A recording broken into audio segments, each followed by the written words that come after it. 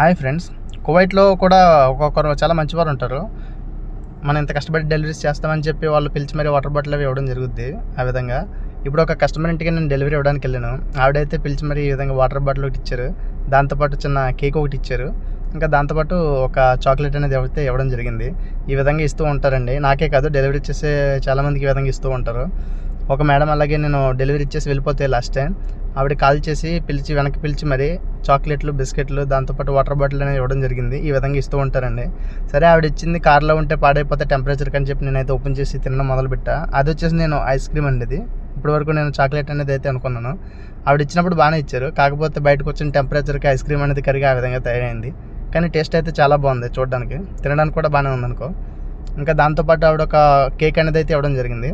ఆ కేక్ అనేది school cake అనమాట. చాలా స్వీట్గా ఉంది, టేస్ట్ బాగుంది.